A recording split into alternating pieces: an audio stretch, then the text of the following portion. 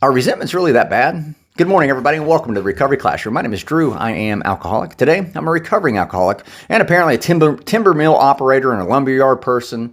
I'm joking. I'm a recovering alcoholic, and I cannot be any more grateful. My friends who know me know that I have a history with trees coming down on my property, damaging my house, my cars. Over the last 2 months, I've had two really big trees come and fall and obliterate both of my sheds. We've lost, Christmas ornaments and photo albums and tools and all that. And this weekend when I was out cutting up a tree, I was thinking about how this could easily become a resentment for some people, for a lot of people. It makes sense to me. But then I realized I'm grateful that it's not a resentment. Matter of fact, I'm glad it worked out the way it did. Nobody was hurt. Nobody was injured. Everything that was damaged is replaceable, and I'm okay with that. And now I don't have these trees hanging over me anymore, right? But I was thinking as I was cutting up the wood this weekend, and I was thinking this is a great topic to have on a monologue to discuss on the morning monologue. So I made some notes, and pardon me for reading from my notes, but I just want to try to get all these in while I can. Are resentments really so bad? We use the word resentment to easily classify, categorize, or catalog an emotional state of being that we may be in. In recovery circles, we use the word resentment to avoid or deflect from having a deep intellectual conversation about those things that may be affecting us. How many times have you heard somebody say, "Oh, see, look there, they're developing a resentment," or "You may have a resentment"? It's used as a fallback, if you will, a watchword, a phrase to avoid having to have a deeper conversation. You better check that you're getting a resentment. They may not. That person who's saying that may not know all the facts, have all the information about what's affecting the person. They may not have all the information to have an intelligent conversation or dialogue, or even offer anything substantive that will help that person.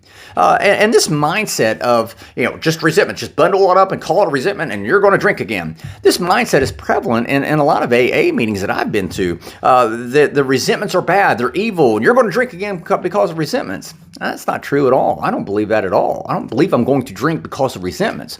Matter of fact, I believe I'm going to drink because I will allow myself to drink. I will allow myself to use those resentments as an excuse to drink again.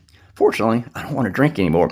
Resentments are really, if we think about it, resentments are nothing more than one or more emotions combined, a collection of emotions, if you will. The Merriam-Webster Dictionary defines a resentment as a feeling of indignant displeasure or persistent ill will at something regarded as wrong, insult, or injury. So if I apply that definition, in and of itself, if I apply that definition to my sobriety, so basically, I'm going to get sober and I'm not supposed to have resentment, so no one will ever wrong me. No one will ever insult me or injure me ever again once I get sober. Do I really think that's going to happen?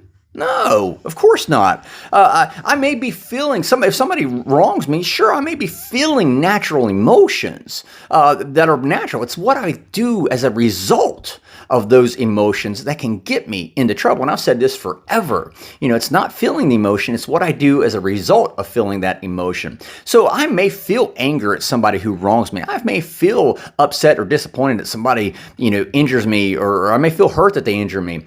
I may have those natural feelings. It's what I do as a result of experiencing those natural feelings. To say that I want to drink from resentments is like, have you ever heard somebody say, well, you're going to drink because you're happy. You're going to drink because you're joyous. You're going to drink because you're feeling excited. It just doesn't quite make sense. At the end of the day, we drink because we are looking for excuses, and resentments were the easy excuse we could find to drink again.